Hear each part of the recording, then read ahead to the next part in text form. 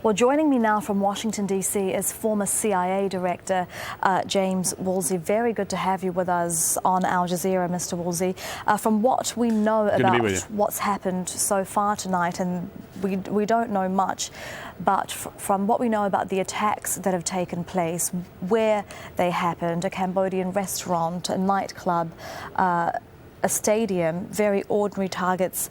A number of attackers have been killed. We don't know how many are on the loose. What's your assessment of what's happened in the French capital tonight? Well, I think we have a major escalation in the war, sometimes called the war on terror, except that's probably the wrong way to phrase it because we're not really fighting. It's the terrorists who are. It is a major development.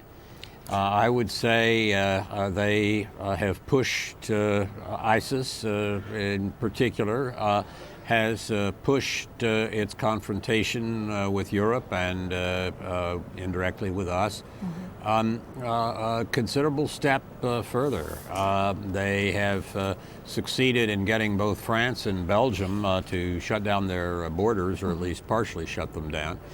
And that's the essence of the evolution of the European Union. This whole business of doing away with the borders or doing away with the borders undercuts essentially the essence of the European Union. They, I think, wanted to make ordinary people fearful and not have this just be a situation in which there was some symbolic threats or attacks on some national symbol. They wanted maximum number of casualties, obviously, from the way they went about it.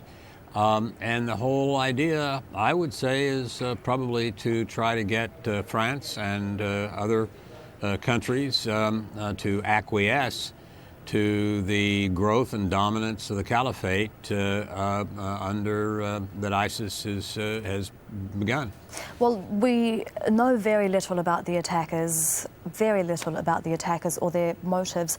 Why do you think that it might be related to the Islamic State?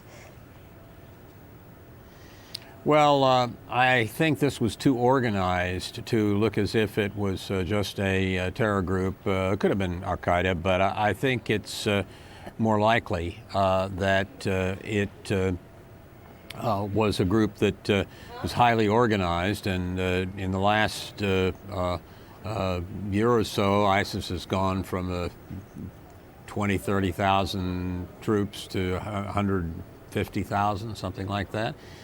They are about the only organization on the Sunni side of this division within Islam that I think is likely to be able to pull this off.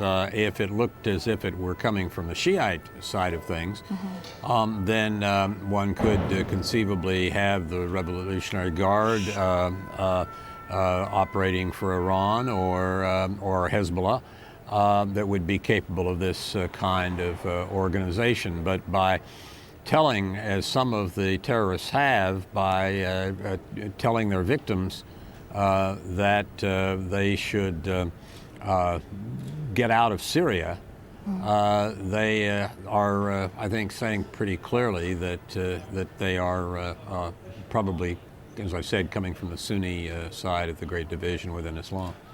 Well, again, we don't know who was behind these attacks, who they are affiliated to.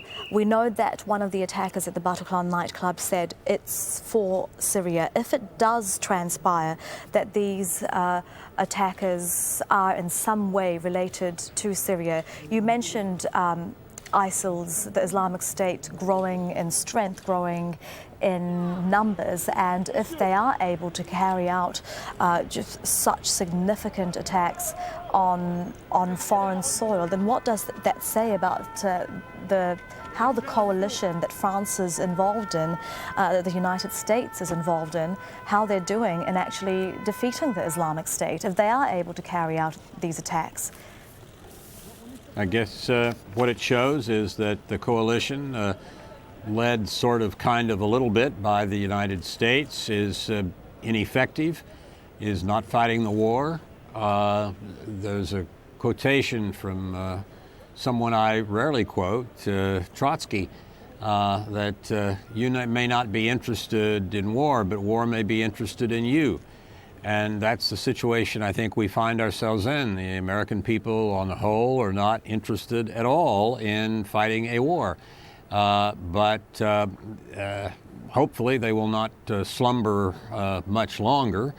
We were slow to wake up to both the need to fight in World War I and the need to fight in World War II, and we're slow to wake up to fight to the need to fight the current war that is being visited on us in different ways in different circumstances by the ISIS on the one hand, and on the other, I'd say Iran and various instrumentalities such as Hezbollah and so on that the Iranians control.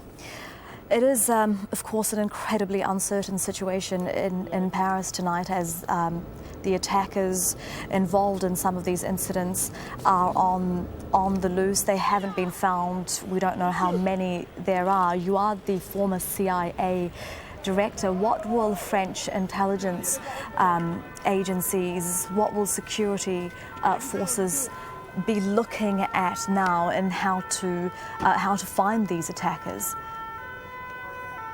Well, they'll probably be looking in no small measure at something that didn't exist until a few years ago, namely social media, such as Facebook and the rest.